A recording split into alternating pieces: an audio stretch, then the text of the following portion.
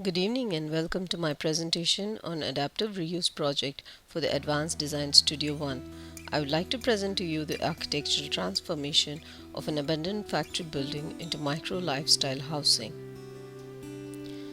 My site is located at Sholinganallur in Chennai, a metropolitan city and capital of Tamil Nadu, a southern state of India. The site is near the eastern coast of Bay of Bengal.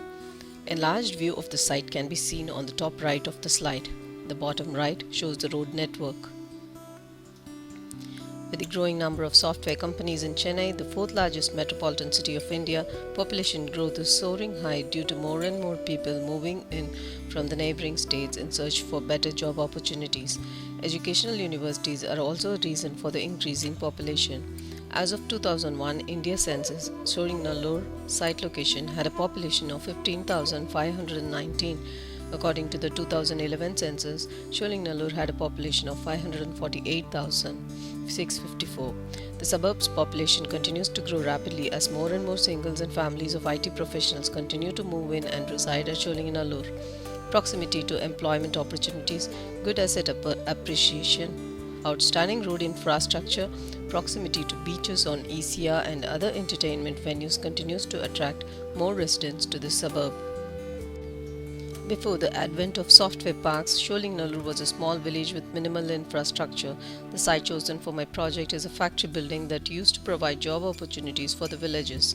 This was a factory that used to produce automobile spare parts and was shut down for a reason unknown.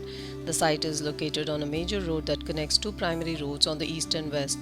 The primary road on the east of the site leads to beaches and entertainment venues, while the road on the west is where the IT parks and universities are located. The factory building is seen on the bottom of the slide.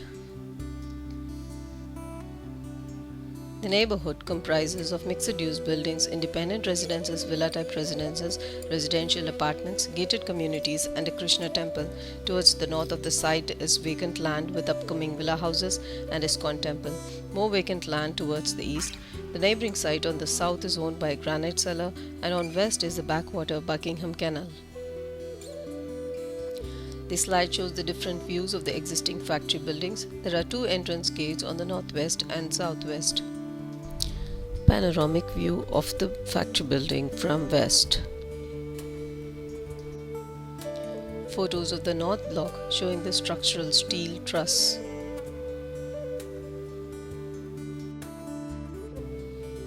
Photos of the south block showing the exterior and interior structure. The existing site plan showing the access road on the west. The total land extent is 91,875 square feet, with the north block area 18,403 square feet and the south block area 8,802 square feet. North block existing floor plan and elevations. Perspective and sectional drawing of the north block. Structural drawing of the factory buildings showing the truss in view and cross-section. Existing plan and elevations of the south block. Perspectives of the existing north block and south block are seen on the slide. A case study of the Atlantic Terracotta Factory informed about the adaptive reuse of the old factory into a residence and design studio. The study revealed the following advantages of converting the factory buildings into residential units. Lighting, enormous space, rustic charm of exposed steel adapts well to modern decor. Revamped industrial spaces can be designed as a work-cum studio apartment. With the different types of residential units already available in the vicinity, why would I propose another apartment on this site? After a survey among the youngsters who had rented the residences in Sholinganallur, I came to know that there is a high demand for single-unit living spaces and shared unit spaces. Gender differences continue to exist in this area. A common social practice here is that two or more men rent out an apartment and share their chores, and similar practice is followed by women. We call them as shared apartments. Changing demographics and diverse lifestyles call for flexible living spaces in this area. The students and young professionals do not prefer to take care of the maintenance of their space. For them, less space provides more comfort and less maintenance. The micro lifestyle motivated me to design this project as small unit apartments, which is a new trend in this area at this time. The housing proposal is targeted for singles from IT parks, schools, and universities along the IT corridor for the following reasons: lack of small apartments, majority of singles are from neighboring state looking for decent living space at reasonable cost, residential house owners do not rent out for singles, poor eating habits among youngsters is growing, a shared kitchen would be a good solution along with the micro apartments, sedentary job allows no space for sport and entertainment. With large extent of land available, kitchen garden can be introduced for the community kitchen. Common amenities like hair salon, library, shops and gymnasium are a few proposals to facilitate micro lifestyle of the youngsters.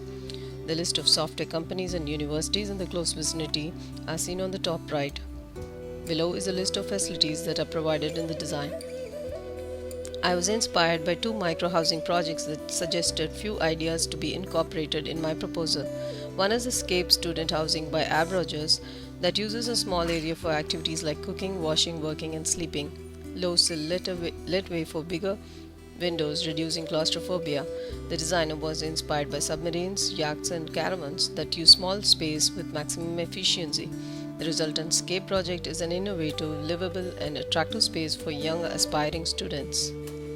The second project that inspired me was the 1,000-unit housing project at Ningbo, China, targeted for low-income population and young graduates of urban China, developed by Shanghai-based architecture firm DC Alliance. The idea behind this project was to bring talent to Yangzhou, thereby helping the young graduates and developing the city as a high-tech zone simultaneously.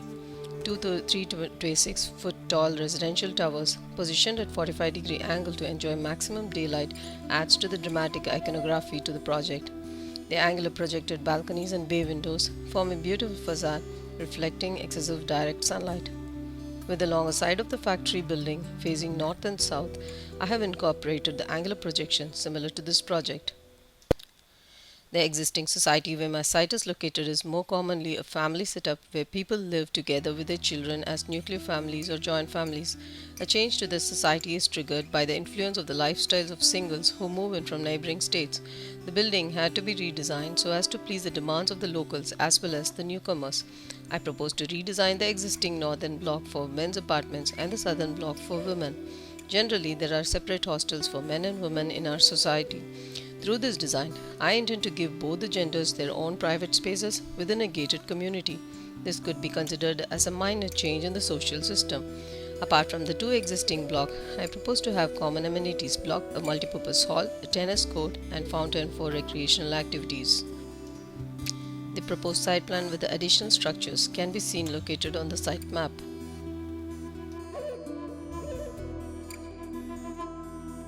An enlarged view of the proposed site plan indicating the existing and the proposed features.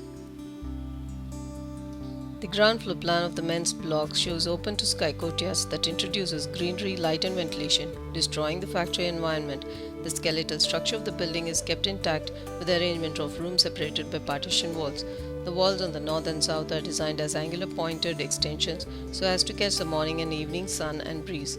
Shared kitchen on each floor extends to a common indoor and outdoor dining area that supports interaction among youngsters. Men's block circulation space plan. Single unit floor plan with interior view. First floor plan is designed as a shared unit with 2 levels.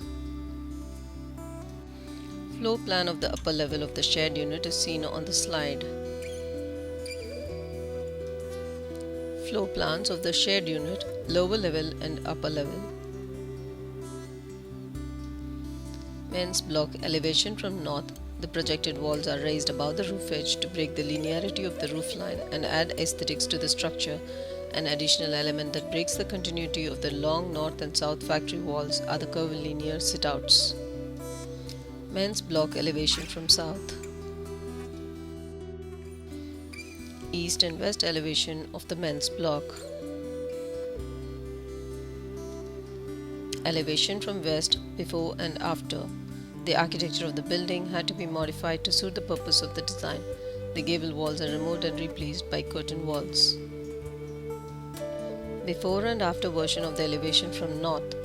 A rendering of the balcony on the bottom of the slide shows the evening sun's rays entering into the rooms. Sectional view of the men's block. Airflow diagram in the second level of the shared unit where the air circulates out into the courtyard can be seen on the bottom right. Men's block longitudinal section. Single unit interior view.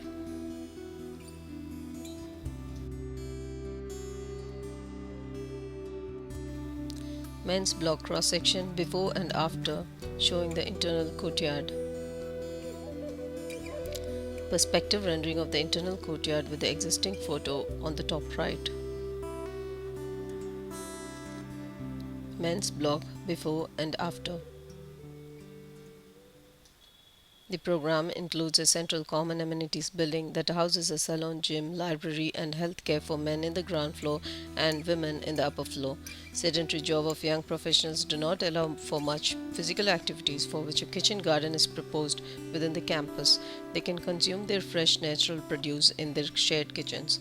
Areas for outdoor interaction includes a water body and tennis court. The pictures indicate an idea of the interior facilitation of the spaces.